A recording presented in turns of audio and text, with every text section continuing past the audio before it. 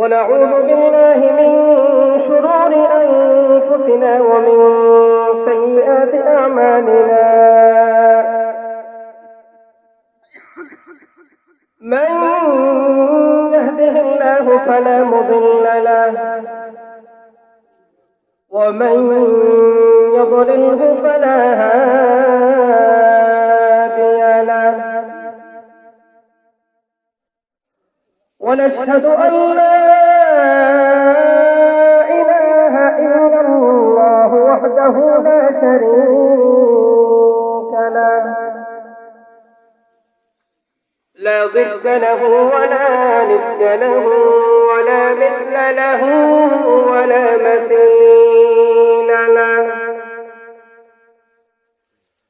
ونشهد أن سيدنا وسندنا وحبيبنا وحبيب ربنا ومولانا محمدا عبده ورسوله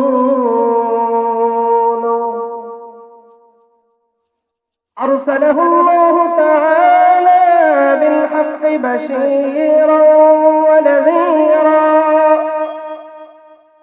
وداعيا إلى الله بإذنه وسراجا وقمرا منيرا أما بعد فأعوذ بالله من الشيطان الرجيم بسم الله الرحمن الرحيم وننزل من القرآن ما هو شفاء ورحمة للمؤمنين ولا يزيد الظالمين إلا خسارا آمنت بالله صدق الله مولانا العظيم وصدق رسوله النبي الكريم ونحن على ذلك من الشاهدين والشاكرين والحمد لله رب العالمين سبحانك لا علم لنا إلا ما علمتنا إنك أنت العليم الحكيم اللهم صل على محمد وعلى آل محمد كما صليت على إبراهيم وعلى آل إبراهيم إنك حميد مجيد اللهم بارك على محمد وعلى آل محمد كما باركت على إبراهيم وعلى آل إبراهيم إنك حميد مجيد বরকতপূর্ণ অধ্যক্ষ আয়োজনের মাহফিলের মুহতারাম মুআজ্জাজ সদর উপস্থিত ওয়াজিবুল ইহতিরাম হযরত উলামায়ে কেরাম মুরব্বিয়ান সমবয়স্ক ভাই ও বন্ধুগণ এবং পর্দার আড়ালের মা ও বোনেরা রব্বে যুল জালাল আমাদেরকে অসংখ্য অগণিত নিয়ামত দান করেন এর মধ্যে বিশেষ একটি নিয়ামত সেই নিয়ামত হলো নিয়ামতে কুরআন কুরআনের নিয়ামত কালামে মাজিদ কুরআন শরীফ আল্লাহ তাআলার পক্ষ থেকে আমাদের প্রতি অনেক বড় একটা নিয়ামত এই কুরআন যেই সিনায় আছে সেই সিনা ধন্য এই কুরআন ওয়ালা যেই ঘরে আছে সেই ঘর ধন্য এই কোরআনের বাহক যে এলাকায় আছে সেই এলাকা ধন্য, এই কোরআনের বাহক যে দেশে আছে সেই দেশ ধন্য। এই কোরআন যে মাদ্রাসায় পড়ানো হয় সেই মাদ্রাসা ধন্য, সেই প্রতিষ্ঠান ধন্য। কোরআন এমন এক জিনিস, এমন এক গ্রন্থ, মহাগ্রন্থ। এই কোরআনে মাজিদ যে সিনাই থাকবে, জবানে না সিনা, যেই সিনাই থাকবে এই সিনাই কোন রূপ থাকতে পারে না। শিরিক বড় এক মরণ বেদি। এই রূপ যাকে পাইল ওই ব্যক্তির দুনিয়াও বরবাদ, আখিরাতও বরবাদ। শিরিকের রূপ থাকবে না, অহংকারের রূপ থাকবে না, গীবতের রূপ থাকবে না, হিংসার রূপ থাকবে না, দাঙ্গা হাঙ্গামা, সন্ত্রাসী, চাঁদাবাজ, নেশা, মাদক দ্রব্যের আসক্তি, এই সবগুলোর নাম যে বলছে আরো অনেক, এই সবগুলো কিন্তু অন্তরের রূপ।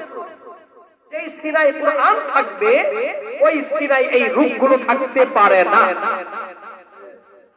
এর বাস্তবতা আছে। আমরা একটা কাজ শুরু করেছি বাংলাদেশ, একটা সংগঠন আছে বিআরএফ।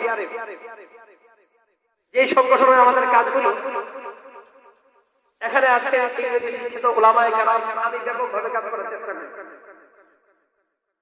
আমাদের মাননীয় প্রধানমন্ত্রী নলেজও আছে। এই কাজটা হলো খেলাশীল একটা রোগ আছে মানুষের মধ্যে, একটা রোগ আছে খেলাশীল। এই খেলাশীল রোগটা হলো এই যে আমাদের যে হার্ট সচল,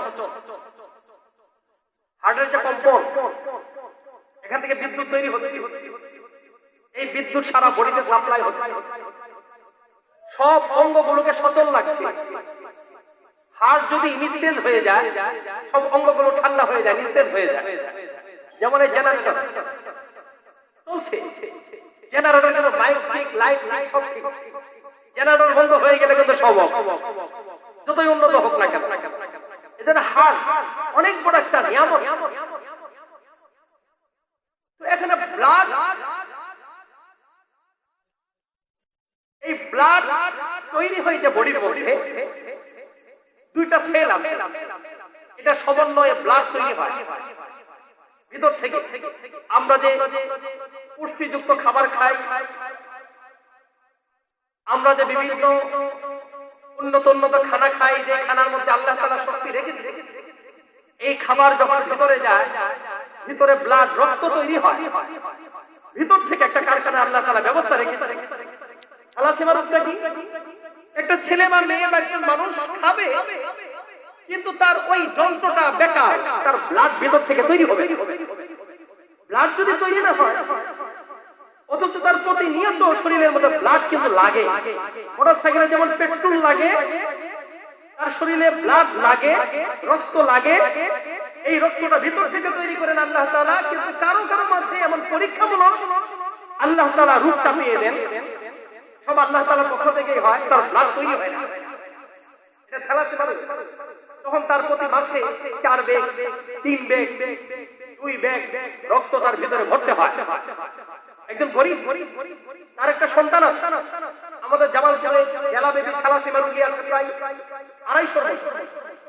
জেলা বেবি, এটা আমরা জানতাম না। রিক্সাওয়ালার ছেলে থ্যালাসেমিয়া রোগে আক্রান্ত, সেই রিক্সা চালায় ভাতি ঢুকাবে নাকি ব্লাড ভরবে, ব্লাড কিনতে হইতা। এখন কথা হলো আমাদের, আমরা কাজ কিভাবে শুরু করেছি, আমি কোন কথায় যাচ্ছি, সেটা হলো আমরা জীবন্ত একটা ব্লাড ব্যাংক করে দেব। এটা আমাদের সারা বাংলাদেশ ছড়িয়ে দেওয়ার আশা। ব্লাড ব্যাংক কি? যে আমাদের এলাকায় এবং প্রতিটা শিক্ষা প্রতিষ্ঠানে যারা আছে প্রত্যেকের ব্লাড আমরা টেস্ট করি। সুস্থ মানুষ 3 মাস পর পরে ব্লাড দিতে পারে। আমাদের ব্লাড দেই না, এতে আমাদের ক্ষতি হচ্ছে। ব্লাড যদি দেই, এটা আমাদের শারীরিক সুস্থতা। মাঝে মাঝে ব্লাড যদি দেই, ভয়ের কিছু নেই। আমরা কি করলাম, একটা জীবন্ত ব্লাড ব্যাংক, প্রাণবন্ত ব্লাড ব্যাংক আমরা গড়ে তোলার লক্ষ্যে জামালপুরের যত ইউনিভার্সিটি আছে, বিশ্ববিদ্যালয়, কলেজ, স্কুল, মাদ্রাসা আমাদের উদ্যোগে, নিজ উদ্যোগে আমরা এই কর্মসূচি চালু করলাম। প্রতিষ্ঠানে যে শতভাগ ছেলেদের আমরা ব্লাড টেস্ট করব, কে কোন ব্লাডের কোন গ্রুপ, লিস্ট থাকবে, ফোন নাম্বার থাকবে। কলেজ ইউনিভার্সিটির ছেলেদেরকে এই কথাগুলো বললে সহজে প্রস্তুত হয়ে যায় যে আমি ব্লাড দিব 3 মাস পর। লিস্ট থাকলো, ফোন নম্বর থাকলো, গ্রুপ নির্ণয় থাকলো। এইবার যাদের থ্যালাসেমিয়া রোগ আছে তাদের লিস্ট থাকবে, আর কোন মাসে কত ব্যাগ ব্লাড লাগে সমন্বয় করার জন্য আমাদের একটা কমিটি আছে, রোগীদের সাথে যোগাযোগ রাখবে। চোখের বাইরে ছিল আমাদের জন্য কি পরিমাণ দোয়া যে করে ব্লাড তাদের চিন্তা হয় না। এখন তারা আমাদের সাথে যোগাযোগ করে আমরা সমন্বয় করে দিই, সাথে সাথে ছেলেটাকে ফোন লাগাই যে ভাই আমাদের এই গ্রুপের এ পজিটিভ রক্ত লাগে, আমি কি প্রস্তুত? সে বলে হ্যাঁ চলে আসো জামালপুর হাসপাতালে। ব্লাডটা তার থেকে নিয়ে তাকে দিয়ে দিলাম, বাস একদম রিক্সা খরচ নেয় না, ভাড়াও নেয় না, আল্লাহর জন্য দিয়ে চলে যায়। এই কাজটা আমরা করছি। তাহলে এই কাজটা করতে যে আমাদের ব্লাড টেস্ট করতে হয়েছে কিনা, আমরা ব্লাড টেস্ট করেছি, গ্রুপ নির্ণয় করেছি, সাথে আরেকটা পরীক্ষা এই ব্লাড যে আমরা নেব ব্লাডটা নেওয়ার উপযোগী কিনা। ব্লাডটা এই ব্লাড যদি ড্রাগ এফেক্টেড থাকে, নেশাযুক্ত ব্লাড থাকে, তাহলে এই ব্লাড নিয়ে আরেক মুসিবত হবে। এই জন্য এটা একটা পরীক্ষা হয় এই ব্লাড নেওয়ার উপযোগী কিনা। আমরা তো এখন অনেক ভিতরে, এই জন্য বাস্তব জিনিসটা আমি বলতে বাধ্য হচ্ছি। কোরআন কি জিনিস সহজে বুঝেন। মাদ্রাসা, কলেজ, ইউনিভার্সিটি, আমি কাউকে তাচ্ছিল্য করছি না, বাস্তব রেজাল্ট আমি তুলে ধরছি। আমরা যে ব্লাড টেস্ট করেছি ইউনিভার্সিটি, কলেজ, এই ব্লাড গুলো 90% নেওয়ার উপযোগী না, অনুপযোগী। 100টার মধ্যে কয়টা? 90টা অনুপযোগী, 10টা মাত্র উপযোগী ব্লাড নেওয়া। 90টাই হলো ব্লাড ড্রাগ এফেক্টেড, নেশাগ্রস্ত। কি নেশাগ্রস্ত? আপনি চিন্তা করতে পারেন 50 বছর পরে আমাদের দেশে কি হবে? দেশকে চালাবে একজন সচিব যদি নেশাখোর হয়, ওই দেশের কোনোদিন কল্যাণ আশা করা যায় না। একজন মিনিস্টার, মন্ত্রী, এমপি যদি নেশাখোর হয়, নেশার ব্যবসার সাথে সম্পৃক্ততার থাকে, এই দেশের জনগণ কোনোদিন শান্তি সফলতার চেহারা কোনোদিন দেখা অসম্ভব। যাচ্ছে কোন দিকে দেশ, চিন্তা করেন আমাদের শিক্ষাটা কোন দিকে যাচ্ছে।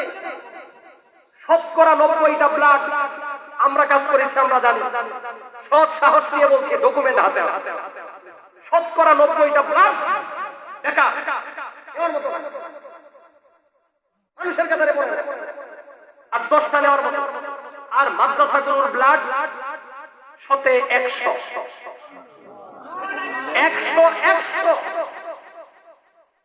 আমাদের 100 নেওয়ার উপযোগী। এই জন্য আমরা যখন ব্লাড নেই, এখন আপনি যে দান কোথায় করছেন এটাও বুঝে আপনাকে সাধুবাদ। শুধু আপনি মাদ্রাসায় দিচ্ছেন দিনের ফায়দা তা না, লক্ষ্য যদি করেন আগামী দিনে দেশের হাল এই জাতিকেই ধরতে হবে। নেশা মুক্ত যারা, যারা নেশাযুক্ত, এরা দেশ চালানোর অনুপযোগী। লান্ডির মালের দাম আছে, এদের দাম নাই। কথা বুঝে আসছে? চাপাবাজি করতে পারবে কিন্তু দেশ চালাইতে পারবে না। এটার পিছনে চক্রান্ত আছে আমাদের দেশটাকে পঙ্গু করার জন্য। দূর থেকে, বহু দূর থেকে, অনেক দূর থেকে আমাদের শিক্ষা ব্যবস্থাকে পঙ্গু করার জন্য একটা দেশ ধ্বংস হবে। ধ্বংস হওয়ার জন্য প্রথম টার্গেট থাকতে হবে শিক্ষাকে ধ্বংস করা। এটা সুপরিকল্পিত চক্রান্ত চলছে। আমি বলছি দেখেন কোরআনের বৈশিষ্ট্য। আমরা কোনোদিন মাদ্রাসায় মাদক মুক্ত সেমিনার আমাদের করতে হয় না, নেশা খায়ও না, বয়ান করতে হয় না। কোনদিন হুজুর আমরা বয়ান করি না, ছাত্রদেরকে শিক্ষামূলক কথা বলি, তরবিয়ত করি। এর মধ্যে এই বিড়ি খাবি না, এই সুরত খাইস না, গোল্ড বিড়ি খাবি না, গোল্ড লিপ খাবি না, হাই খাবি না, পেনশন খাবি না, গাঁজা খাবি না, আব্বা খাবি না, বাবা ইয়াবা খাবি না, ডাল খাবি না, এগুলো কোনোদিন আমাদের ছাত্রদেরকে বলতে হয় না। তাহলে খাই না কেন? কেন খাই না? ওই যে বললাম, আল্লাহ তাআলা কোরআনে ফরমান, ওই যে একটা মেডিসিন মুখ থেকে যে দিলে ঢুকেছে, ওই মেডিসিনটা এমন। আমি মাদারগঞ্জ থেকে জামালপুর আসতে, মাঝে জামালপুর শহরের পাশে একটা বাজার আছে, বগাবাজি বাজার। বহুত আগে থেকে এই বাজারে ধান ভাঙা ভিল আছে না, চাল করে যে, তো গাড়িটা হলে জাম লাগছে, গাড়িটা দাঁড়াই। আমি যেদিকে যাই একটু লক্ষ্য করে বেড়ে যাই, লক্ষ্য করতেছি মানে ধান ভাঙা। ধান ভাঙার পরে থাকে পুরো থাকে না ধানের চালের সাথে। দেখি যে বেশি থেকে ডাকি দিয়ে নিয়ে আসছে, ডাকি পর্যন্ত হ্যাঁ এগুলো নিয়ে আসতেছে, নিয়ে এসে কুলার মধ্যে নিতেছে, নিয়ে বড় একটা সিএফসি ফ্যান। এই ফ্যানের এদিকে চালগুলো ছাড়তেছে, বাতাসের ধাক্কা, এই চালগুলো নিচে পড়তেছে। যত পুরা আছে, যত চিটা আছে, যত ময়লা আছে, সবগুলো ধাক্কা দিয়ে বাতাসে দূরে নিয়ে চলে যাচ্ছে। চিন্তা করে দেখো, কোন মানুষের কিন্তু হাত নেই, বাতাসে ধাক্কা দিবে।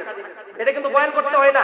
ওখান থেকে যে চালটা পড়বে, চালের সাথে যে ময়লা আছে, ময়লাকে বলতে হয় এই আউট হয়ে যা, বলতে হয়েছে, ওই বাতাসের ধাক্কায় চলে যাচ্ছে। ঠিক আমাদের ছাত্রদেরকে বলতে হয় না, এই সন্ত্রাস হবি না, মানুষ হবি, হত্যা করবি না, মাকে গালি দিবি না, বাবাকে গালি দিবি না, সমাজে অস্থিরতা ছড়াবি না, চাঁদাবাজি করবি না, কন্ট্রাক্টরের কাজ নিয়ে, কন্ট্রাক্টরের কাজ নিয়ে রোডের বদলা পৌঁছে দিবি না। বুঝছেন কি বলছি? এটা আমার কথা না, পেপারের কথা। যে এই কাজ করছিল, এটা অশিক্ষিত না শিক্ষিত? শিক্ষিত মানুষ, ডিগ্রিধারী মানুষ। কি করেছে? কন্ট্রাক্ট নিয়েছে, ব্রিজ বানাবে, রড ভরা আছে, রডের মূল্য ধরে দিয়েছে, কিন্তু রড না দিয়ে কি দিয়েছে? বাঁশের কঞ্চে দিয়েছে। আমাদের বলতে হয় না এই কঞ্চে দিবি না, এটা করবি না, বলতে হয় না। এরপরে 2 নম্বরই করে না কেন? করার তাদের যোগ্যতা নাই। এর জন্য ভিতরে একটা মেডিসিন আছে, কুরআনের মেডিসিন। কুরআন যেই সিনাই থাকবে, ওই সিনাই কোনো রূপ থাকতে পারে না। আল্লাহ তাআলা ফরমান, ওয়ানুনাজ্জিলু মিনাল কুরআন ওয়ানুনাজ্জিলু মিনাল কুরআনি মা হুয়া শিফাa'un ওয়া রাহমাতুল লিল মুমিনিন। নাযিল করেছে কুরআন আমি মাওলা। নাযিল করেছে আল্লাহ রাব্বুল আলামিন। ফরমান, ও বান্দা, কুরআন নাযিল করেছি আমি আল্লাহ।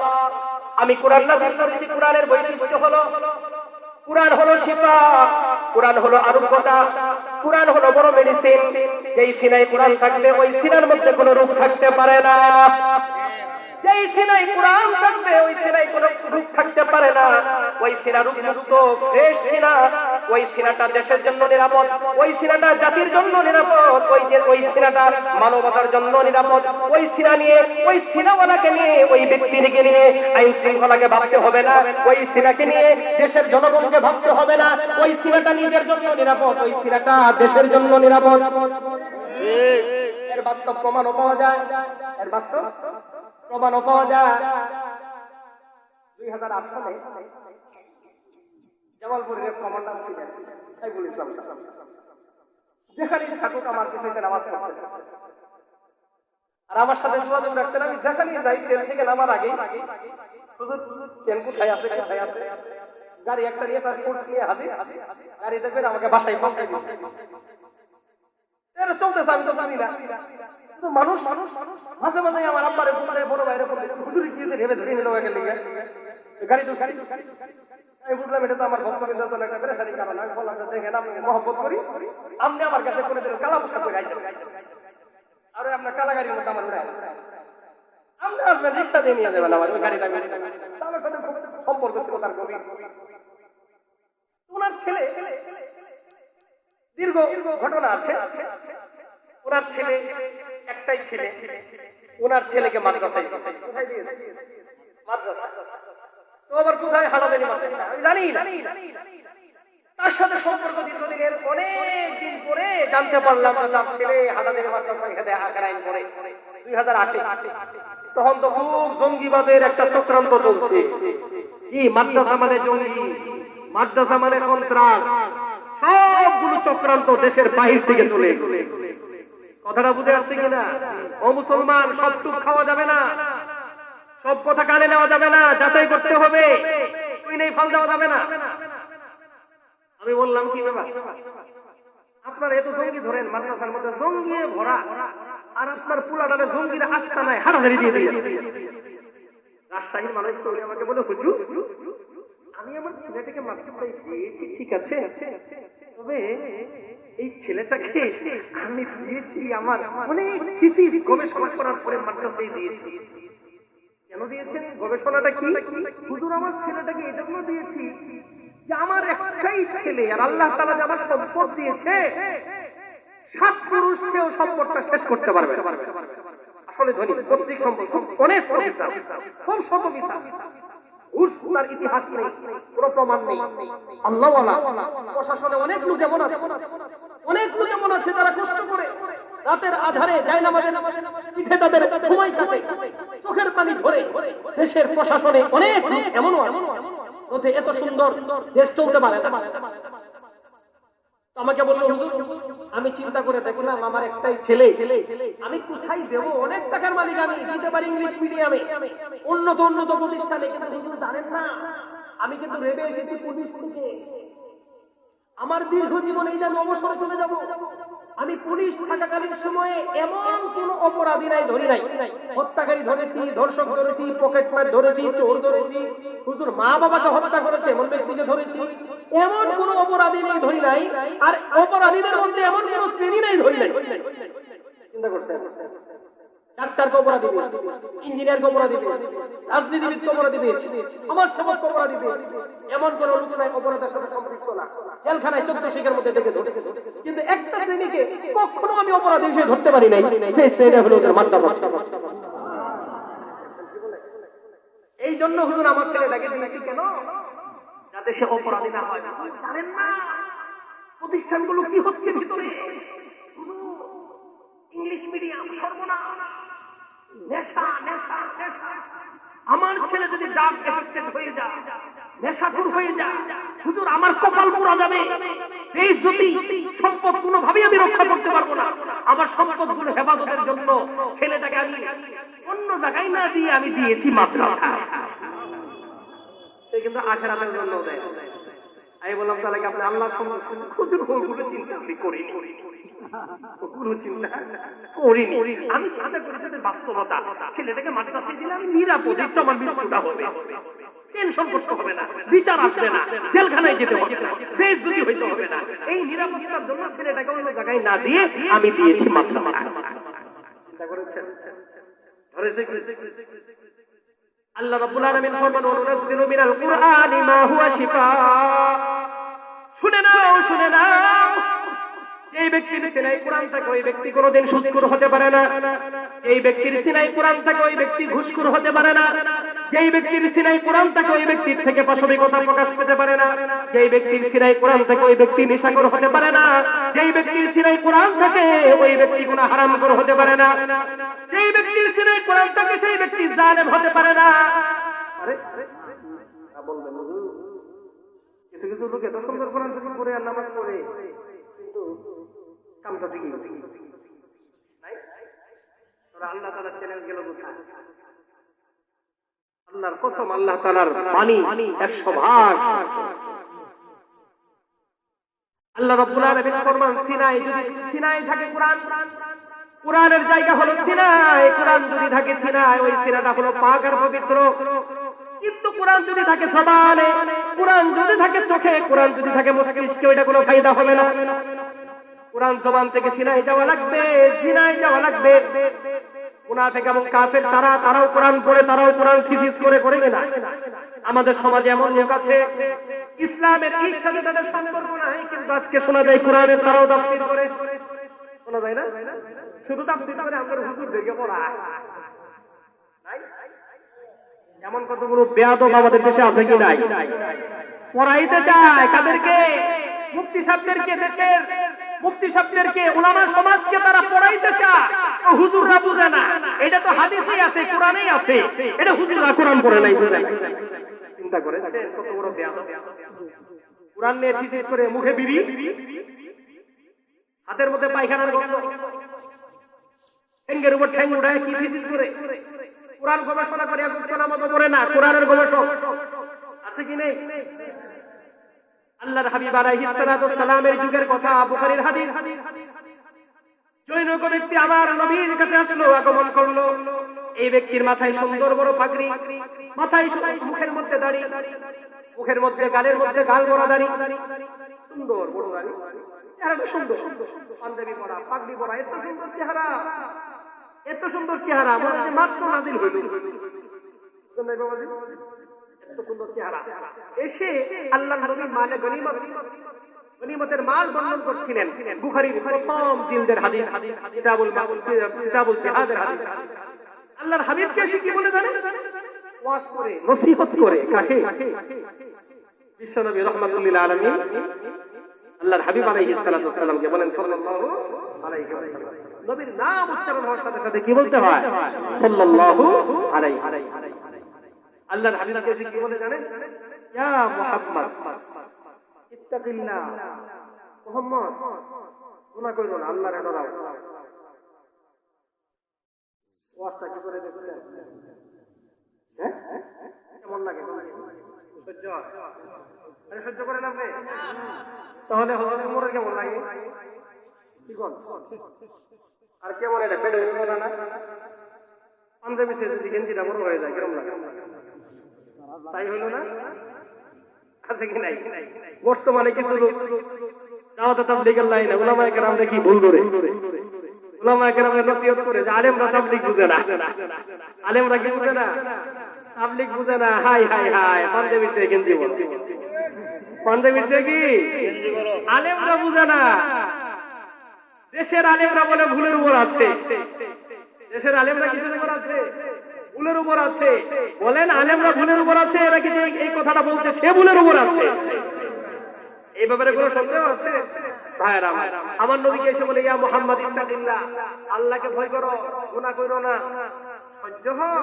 সাহাবা কেরাম রক্ত টকবক করছে, সাহাবা কেরাম সব মানতে পারতেন। আল্লাহর নাফরমানি, নবীর বেইজ্জতি তারা সহ্য করতে পারতেন না। জীবনকে জীবন মনে করতেন না মুহূর্তের মধ্যে। এইটা বলার সাথে সাথে হযরত ওমর রাদিয়াল্লাহু তাআলা আনহু তার হাত বিদ্যুৎ দিয়ে চলে গেল তরওয়ালের বাটে, আপমুক্ত কইরা লা ইয়া রাসূলুল্লাহ ইযানলি আদরিব, ইয়া রাসূলুল্লাহ একটু অনুমতি দেন, ফোন করে দিন। সুবহান মানে এটা ফোন করে দিন, ইয়া রাসূলুল্লাহ খালি একটু অনুমতি দেন। রাহমাতুল্লাহ আলাইহি। কোনদিন নিজের কোন কষ্ট, কোনদিন ব্যক্তি উনার আঘাতের কারণে কারো থেকে সামান্যতম বদলা প্রতিশোধ নবী নেন নাই। কথা বুঝে আসছে কি? নবীকে কত কষ্ট দিয়েছে, ব্যক্তি কষ্টের কারণে নবী কোনদিন রাহমাতুল্লাহ আলাইহি ক্ষমা করে দিয়েছেন।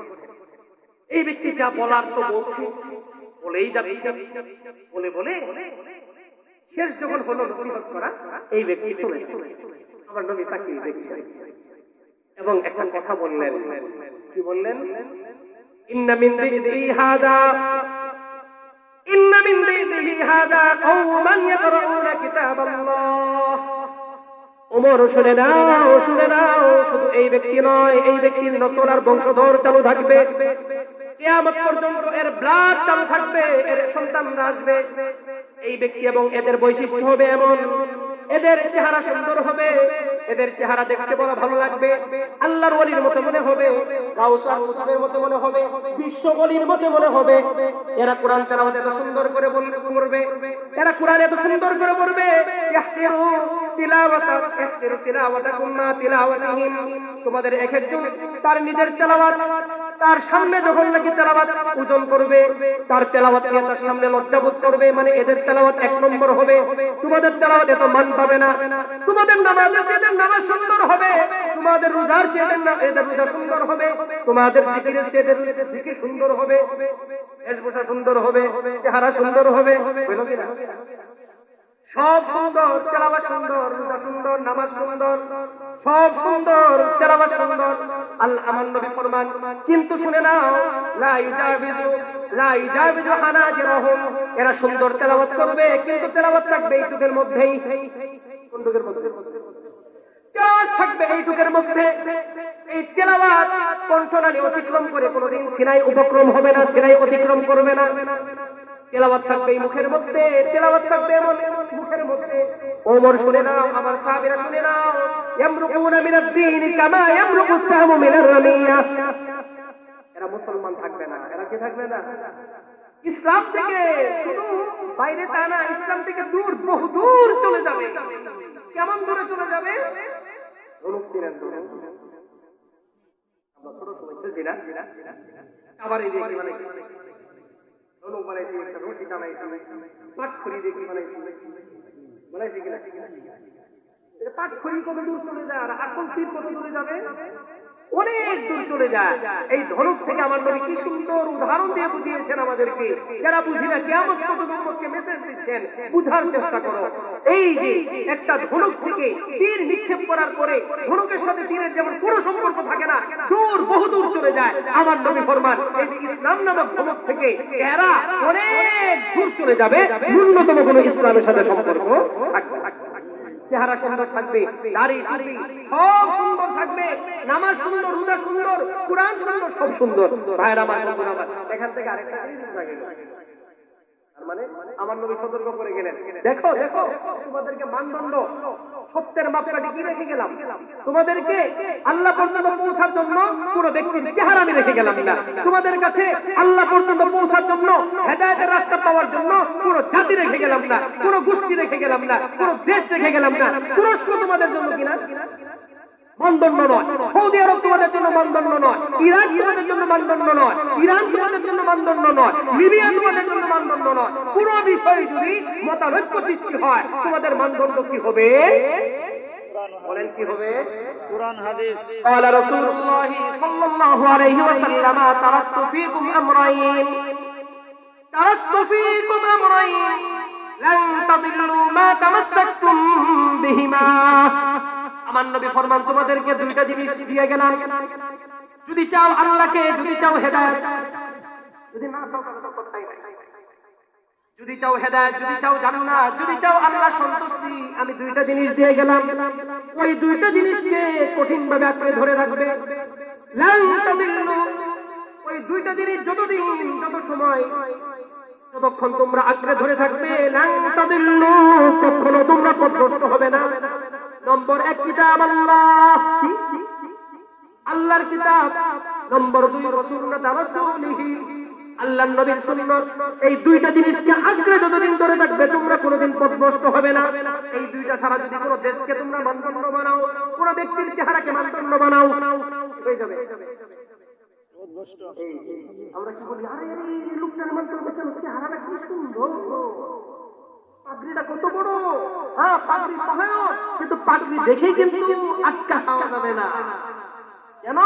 যারা চোরেরা আসে, ইমান চোর, এরা কিন্তু চোরের লেবাসে আসে না, এরা কিন্তু পাক্কা ইমানওয়ালার লেবাসে ইমান চুরি করতে আসে।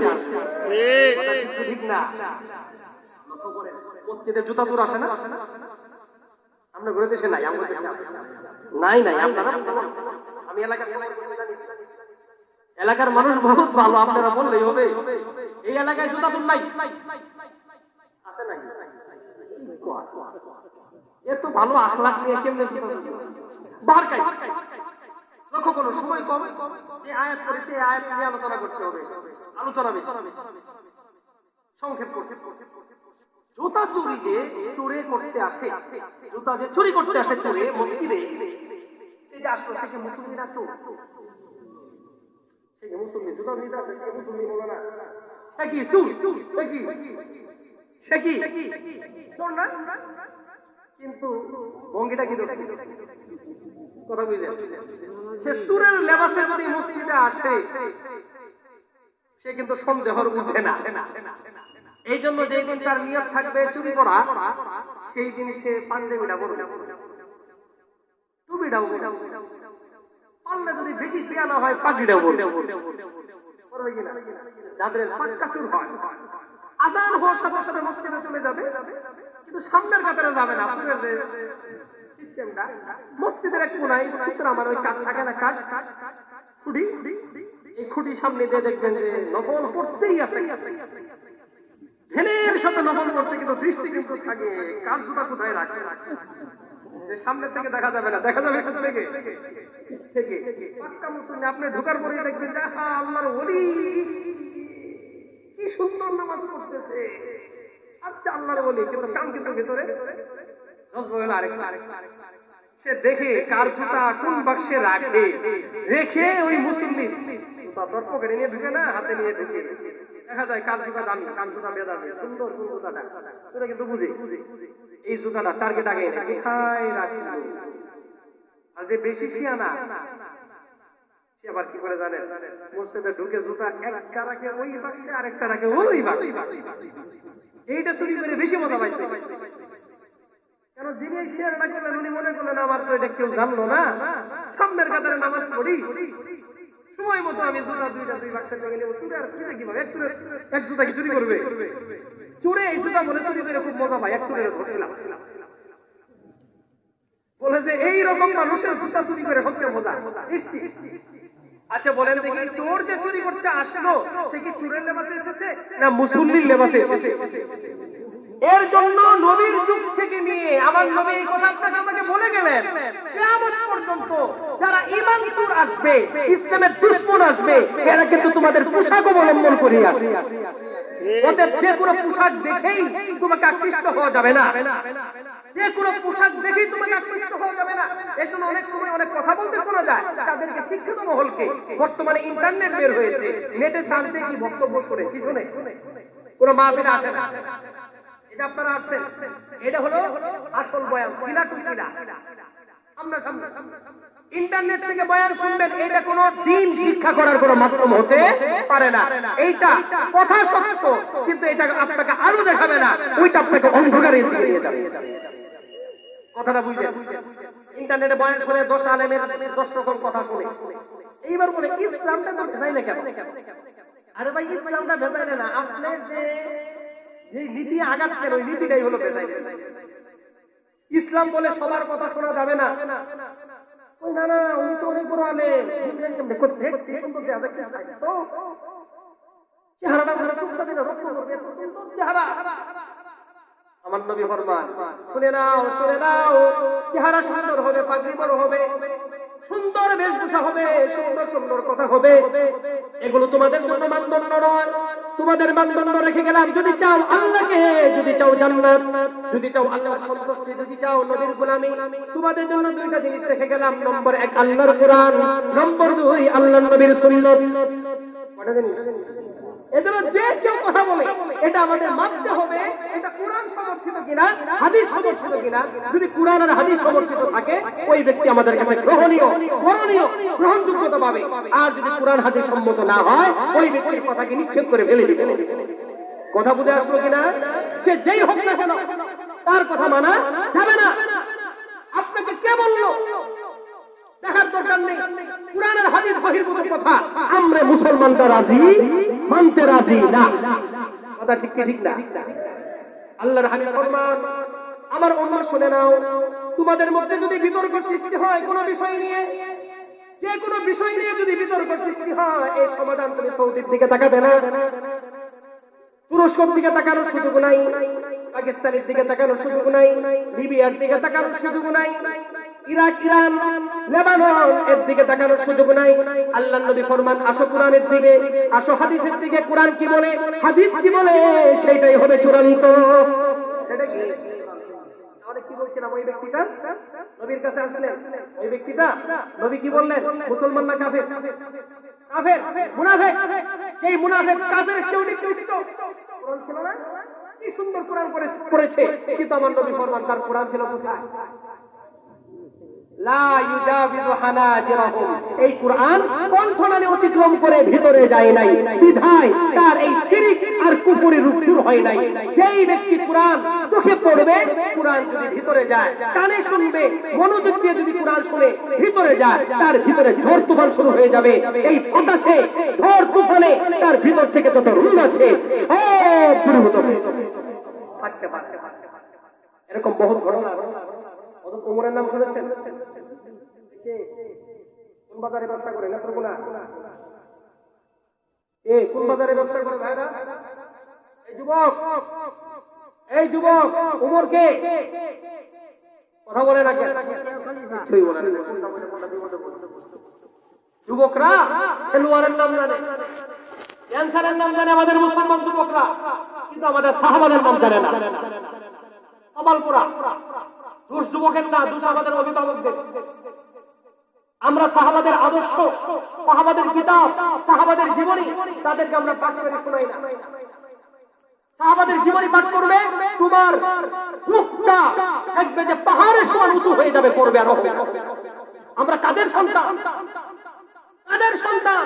যাদের খুনকারের সামনে ঘুম পারস্য থরথর করে কাঁপে।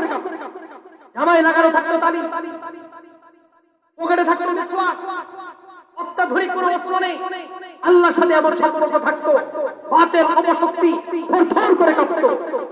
আমরা তো তাদের সন্তান, কথা ঠিক না? হযরত ওমর রাদিয়াল্লাহু তাআলা ছিলেন, খলিফায়ে সাদিক ছিলেন, আর মেজাজকে বলা হয় মেজাজে ওহী। তিনি দ্বিতীয় নম্বর স্থান দখল করে নিয়েছিলেন আল্লাহর রহমতে। বহুত করে ইসলাম কবুল করেছেন, কিন্তু উনি তো এই উমর ছিলেন না, ওনার ইতিহাস তো ভিন্ন। এই উমর তো সেই উমর ছিলেন না। এই উমর কেমন উমর ছিলেন? যার জ্বালায় আর যন্ত্রণায় মক্কার মানুষ টিকতে পারত না। যে কোনোদিন ভালো করে কথা বলতে পারত না, কাজ করতো খালি। কি কাজ করতো? যারে মন চাইতো না, ভালো লাগতো না, লাঠি ঘুষি মারামারি ছাড়ার কিছু বুঝতো না। এক কথায় শ্রেষ্ঠ সন্ত্রাস, জঘন্য নিকৃষ্ট সন্ত্রাস।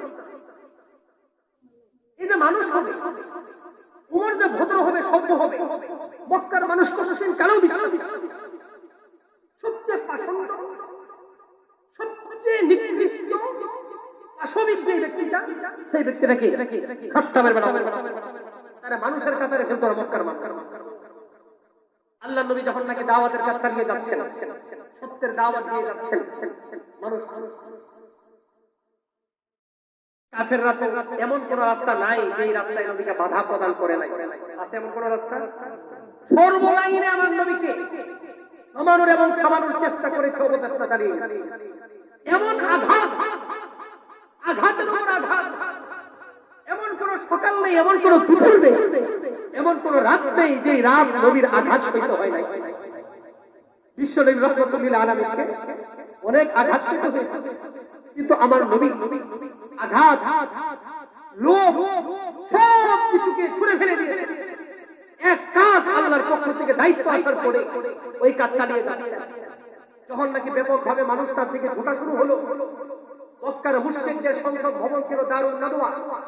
এই দারুন নাদওয়া বড় বড় কাফের যারা ছিল নেতা, তারা পরামর্শে বসলো এবং তাদের সমাজের মধ্যে বিত্তশালী যারা তাদেরকেও ডাকলো, যারা বুদ্ধিমান তাদেরকেও ডাকলো, যারা রাজনীতিবিদ তাদেরকেও ডাকলো, এবং যারা সবচেয়ে জঘন্য নিকৃষ্ট মনের অধিকারী, যারা বড় বড় জালেম দুঃসাহসিকতার সাথে যারা চলে, তাদেরকেও ডাকলো। ব্যাপক একটা পরামর্শ সভা। পরামর্শের এজেন্ডা কি? যে মুহাম্মদ যে মিশন চালিয়ে যাচ্ছে এটা চলতে দেওয়া যায় না। কেন আমাদের বাপদাদার আদর্শ টিকে থাকবে না? ওতে মুহাম্মদকে যে কোনো মূল্যে থামিয়ে দেওয়া হোক। একজন দাঁড়িয়ে বলল, এমন কোন রাস্তা তো নাই যে আমরা করি নাই, এমন কোন পথপন্থা নাই আমরা অবলম্বন করি নাই। মুহাম্মদকে দামানোর জন্য সকাল বিকাল দুপুর গালি জুলুস নির্যাতন জুলুম সবকিছু করেছি, এই ব্যক্তি মানে না, আর কি করা হবে? শেষে কি সিদ্ধান্ত হলো? না, তাকে নির্যাতন করে থামানো যাবে না, মুহাম্মদকে শেষ করে দাও। বলেন সিদ্ধান্ত কি হলো? মুহাম্মদকে শেষ করে দাও, মুহাম্মদকে শেষ করে দাও, দুনিয়া থেকে বিদায় দিয়ে দাও, হত্যা করা হবে। এখন কথা হলো, হয় না সবচেয়ে যুগান্তকারী সিদ্ধান্ত, মুহাম্মদকে হত্যা করতে হবে, কিন্তু এই কাজটা করবে কে? কেউ রাজি হয় না। নাম ধরে ধরে বলে, তুমি রাজি আছো?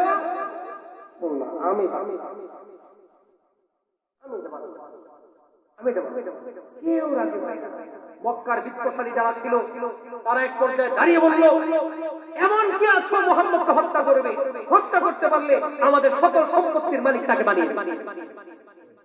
আরেক ব্যক্তি দাঁড়িয়ে বলল, আমার মেয়ে হলো মক্কার সবচেয়ে সুন্দর কুমারী মেয়ে, যে ব্যক্তি মুহাম্মদকে হত্যা করতে পারবে তার সাথে আমার মেয়ের বিবাহ দিবে। একে একে দাঁড়াতে অর্থ মাল, ক্ষমতা, কে আছে মুহাম্মদকে হত্যা করতে পারবে? তাকে মক্কার সবচেয়ে সাহসী সর্দার বানিয়ে পরামর্শের মধ্যে উদ্বুদ্ধ করা হচ্ছে। কে মারবে মুহাম্মদ? কেউ রাজি না। ওই খাত্তাবের বেটা, ওই নিজের দিকটা কি আছে, তাকে কেউ বলতেও সাহস করে না। কেন? ওমর তো মুখে উত্তর দেয় না, কাজে কর্মে গড়ায়। যে বলবো ওমর তুমি রাজি আছো, বাস যদি পছন্দ না হয় মেনে দিবে। ওমরকে কেউ ডাকেও না, বলেও না। ওমর নিজের দিকটা কি আছে, কেউ রাজি না। সর্বশেষ ওমর হুঙ্কার দিয়ে দাঁড়িয়ে গেল। চিন্তা করে দেখেন ইতিহাস। ওমর হুঙ্কার দিয়ে দাঁড়িয়ে তলোয়ারটা খাপমুক্ত করে বলে, যাচ্ছে আমি, রাখো তোমার মেয়ে, রাখো তোমার সম্পদ, এটা ব্যাপার হইল, কিচ্ছু লাগবে না। এই কিচ্ছা আমি আজকে খালাস, একদম কিচ্ছা। এই ঘটনা আজকে আমি বাকি চাপা দিয়ে চলে আসবো। মুহাম্মদের মাথাকে দেহ থেকে বিচ্ছিন্ন করে নিয়ে মাথাকে আমি বাঁ হাতে ঝুলিয়ে নিয়ে আসবো। চিন্তা করেছেন? এই নিকৃষ্ট জঘন্য, যে কোনোদিন ভালো কথা বলতে পারতো না, ভালো কাজ করতে জানতো না, যার প্রকাশ কথা মুখ থেকে সব না পাক, যার কাজ করলো প্রকাশ কথা সব খারাপ, এই উমর জঘন্য নিকৃষ্ট। এই উমর রওনা দিল তলোয়ার নিয়ে। আপনারা জানেন, আমি বিস্তারিত ঘটনা বলবো না, শুধু একটা ইশারা দেওয়ার উদ্দেশ্য। ওমর যখন যাচ্ছে, হযরত ওমর রাদিয়াল্লাহু তাআলা আনহু রাস্তা দিয়ে যাচ্ছে। রাস্তায় দেখা হলো কোথায় রওনা দিলে, কোথায় যাচ্ছ? দেখেন, একটা কথা বলি, রাগ করবেন? রাগ করবেন? কেউ রাগ করবেন না তো? কথাটা কিন্তু চিন্তা লাগবে, শুধু বলেই দিলি নাকি? তো মিষ্টি মিষ্টি কথা বললে কিন্তু আল্লাহ রে পাওয়া যায়, চিন্তা কিন্তু লাগে। 1450 বছর আগের যুগকে আমরা বলি জাহিলি, বর্বরতার যুগ বলে কিনা?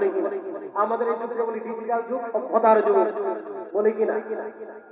কিন্তু কিছু বিষয় এমন আছে যে 1450 বছর আগে যে জাহিলি যুগ আমরা বলি, যাকে নিকৃষ্ট তাচ্ছিল্যের সাথে স্মরণ করে যে যুগকে, কিছু কিছু দিক থেকে আমাদের চেয়ে তারা অনেক ভালো ছিল। স্বীকার করে না? এর একটা দিক হলো কথা। জাহিলি যুগে তারা কখনো কোন অবস্থাতেই তারা মিথ্যা বলতো। তারা কি বলতো না? সত্য ছাড়া অন্য কোনো কথা। কিন্তু আমাদেরকে, আমি যদি বলি সত্য কথা বলার জন্য এখন যে আজকে সারাদিন একটা মিথ্যা বলেন নাই, বিপদ হয়ে যাবে কথা, ঠিক কিনা? সমাজে চলিত লক্ষ্য করে, আপনারাও চলেন, আপনারা লক্ষ্য করেন, বড় বিপদ হয়ে যাবে। পুরুষ হোক আর মহিলাও 100 বার একটা দিন মিথ্যা মুক্ত কাটিয়েছি। বেলান্ত থেকে তুমি দিনের রওনা দিও, ড্রাইভারের বাসায় একজন বাম্পার, আমি জহুর করবো, আমার 15 কিলোমিটার রাস্তা আসতে, সিএনজি চলছে। আমার থানা শহর থেকে হাসপাতালটা ক্রস করার পরে ঝিনাই ব্রিজ না হইলেও আর 10 কিলোমিটার দূরে ফোন বেজে উঠলো। ডাক্তার লোকটা ফোন রিসিভ করে বললো, এই জানি আইসা বসি প্রায়। জিজ্ঞেস করছে কোথায় আসো? এই যে ঝিনাই ব্রিজ ছাড়াইলাম। ঝিনাই ব্রিজ তখনও 10 কিলোমিটার আছে। কথা শেষ, লজ্জাও লাগলো না। মানে মিথ্যা যে বলছে, এটা যে মিথ্যা যে গর্হিত খারাপ জঘন্য, এটা রুচিতেও বাঁধে না। আমি বললাম, ভাই আপনার বাড়ি কোথায়? বললো যে হুজুর মেলান্দরে বাড়ি। আপনি মেলান্দরে মানুষ, রাস্তাঘাট চিনেন না মনে না? চিনি তো না। আমি বললাম এর জন্য এটা ছাড়াইলো মাত্র মেলান্দা হাসপাতাল, ঝিনাই ব্রিজ এখন থেকে আরো 10 কিলোমিটার দূর। আপনি যে বললেন যে ঝিনাই ব্রিজ ছাড়াইছি, এর জন্য বললাম যে রাস্তাঘাট চিনেন। হুজুর চিনি তো, ঝিনাই ব্রিজ এখন দেরি আছে, চিনি তো। আপনি জেনে বুঝে এটা কি বললেন? মিথ্যা হলো না? হুজুর মিথ্যা কথা না, একটু কইলাম আর কত একটা দেরি। আজকাল কত মুক্তি দেবের হয়েছে, কত মুক্তি দেবের হয়েছে। শুধু মিথ্যা কথা না, একটা লোক আমার অপেক্ষা করতেছে, আমি যদি সত্য কথা বলি সে এতক্ষণ থাকবে না, চলে যাবে। এটা মিথ্যা হয় নাই? শুনেন, একটা মিথ্যার এত দুর্গন্ধ ছড়ায়, আমাদের নাক নাই, আমরা বুঝি না। রাস্তা দিয়ে যখন চলে, কুকুর মারা যায়, বিড়াল মারা যায়, মারা যাওয়ার পরে যদি তাড়াতাড়ি অপসারণ না করা হয়, 2-4 দিন পরে এটা পচে বলে গন্ধ যে ছড়ায়, আশপাশ দিয়ে হাঁটা যায়, রাস্তা দিয়ে যাওয়া যায়, কথা বুঝলেন কেমন গন্ধ ছড়ায়? বেশ কয়েক বছর পর্যন্ত মারাত্মক দুর্গন্ধ, কথা ঠিক না? কিন্তু 1 মাইল দূর থেকে কিন্তু গন্ধ পাওয়া যায় না, আধা মাইল দূর থেকেও পাওয়া যায় না। এটা কেমন বিরক্তকর গন্ধ! হাদিসের মধ্যে আছে, এক রিওয়ায়াতে আছে, কোন বান্দার বান্দি যখন মিথ্যে কথা বলে, মিথ্যা বলার সাথে সাথে মুখ থেকে এত দুর্গন্ধ ছড়ায়, তার সাথে রহমতের ফেরেশতার সাথে থাকতে পারে না। দুর্গন্ধের কারণে এই ফেরেশতা 36 মাইল দূরে চলে যায়। এই গন্ধ 36 মাইল পর্যন্ত ছড়ায়। কথাটা বুঝে আসছে কি? এজন্য মিথ্যা বলা যাবে, ওয়াদা দেন মিথ্যা বলবেন না। সবার নিয়ত আছে যে ইনশাআল্লাহ আপনার আল্লাহর ওলি হয়ে যাবেন। হাতে নামান আল্লাহ তাআলা কবুল করবেন। জিজ্ঞেস করল ওমর যাও কোথায়? ওমর উত্তর দেয় ব্যস্তহীন কণ্ঠে ওমর জবাব দেয়, ওই যে মুহাম্মদ মক্কার মধ্যে অশান্তি ছড়াচ্ছে, মুহাম্মদের কাল্লা আনার জন্য। সত্য কথা, ঘুরাইবে যায় কথা না, ডাইরেক্ট। উনি বললেন ওমর মুহাম্মদের কাল্লা আনতে যাইতেছো, নিজের ঘরে ঢুক নিয়েছ, মোহাম্মদের আদর্শ তো তোমার ঘরে ঢুকে। হ্যাঁ হুঙ্কার দিয়েছে, কি বলেন?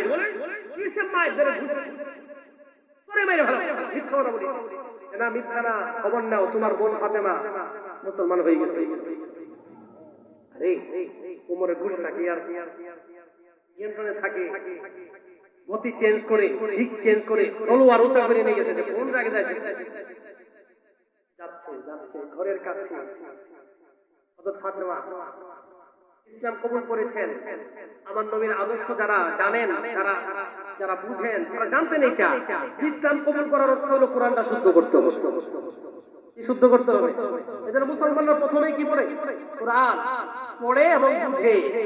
হযরত ফাতেমা রাদিয়াল্লাহু তাআলা আনহা, উনি ওনার স্বামী সাঈদ ইবনে সাঈদ রাদিয়াল্লাহু তাআলা আনহু একসাথে ঘরের মধ্যে কি করছিলেন? কোরআন। ওমর দুপুরকে আসতেছে, কোরআনের মৃদু মৃদু আওয়াজ শোনা যায়। চুপে চুপে দরজা বন্ধ করে তাদেরকে কারি সাহেব উস্তাদ জি কোরআন পড়াচ্ছেন, শিখাচ্ছেন। তখন পর্দা ফরজ ছিল না, কোরআন শিখাচ্ছেন। ওমর দুপুরকে আওয়াজ শুনে, আওয়াজটা কি? তাহা তাহা মা আনজালনা আলাইকাল কুরআনা লিতাশকা ইল্লা তাযকিরাতাল লিমান ইয়াখশা تنزيلا ممن خلق الأرض والسماوات العلى الرحمن على العرش استوى له ما في السماوات وما في الأرض وما بينهما وما تحت الثرى وإن تجهر بالقول فإنه يعلم السر وأخفى الله لا إله إلا أنا فاعبدني ওমর তো ছিল মক্কা, ওমর ছিল আরবি ভাষা বুঝে, শুধু এমন নয় ভাষা বুঝে। ওমরের ভিতরে সাহিত্য ভাষা ছিল, বড় সাহিত্যিক ছিল।